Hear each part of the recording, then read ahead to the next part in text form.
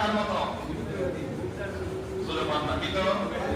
আচ্ছা, মৃত ব্যক্তির যদি ঘৃণা করে চাইলে এমনি এমনি লড়ায় সারায় কথা বলতে পারেনি।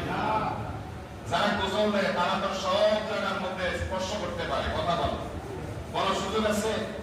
যে আমার নবী কয় এক থেকে আপনার ওই রকম তোমার খানা না আছে ওই না ফোন দিয়ে খানাটা ভাড়া। আমি যখন ছাত্র জীবনে একটু বলে দিই, ছাত্র জীবনে আমি যখন সর্বপ্রথম আমি হেফজর করতে ছিলাম, তো আমার আব্বা নানার বাড়িতে আমার তারা ঘটনার জন্য দিয়েছিল।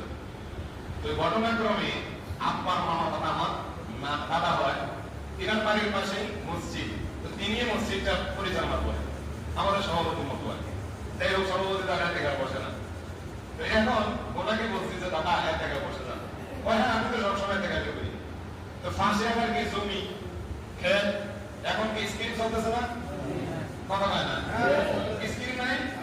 তো উনি আল্লাহ দিলে এক থেকে আমার আগে স্ক্রিন রয়েছে, যা করছে এখন এক থেকে হোক হইয়া জনপ্রমাণের মধ্যে একটা গরু গেছে, আরে আমরা মারিলে দৌড়ে গালাগালি করতে করতে ওই কিনা করে গরু দৌড়ে গেছে। এরকম আছে নাই? আপনারা তো খেত নাই, গরু নাই।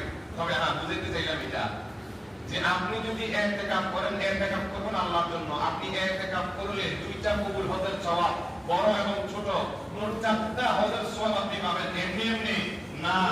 এক নম্বর যারা ইতিকাফ করবেন, জবানটাকে তালা মারতে হবে। কি মারতে হবে? এক নম্বর কি জবান?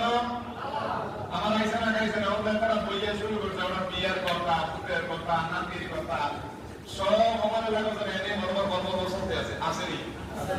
নাই মনে হয়? আপনাদেরকে সতর্ক থাকতে হবে, ইতিকাফ সোজা জিনিস নয়। ইতিকাফ সোজা জিনিস।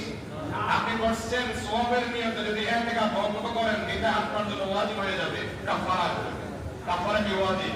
এখন আরেকটা মাসালা অনেকে হয়তো জানে না, মসজিদের মধ্যেই থাকতে হবে।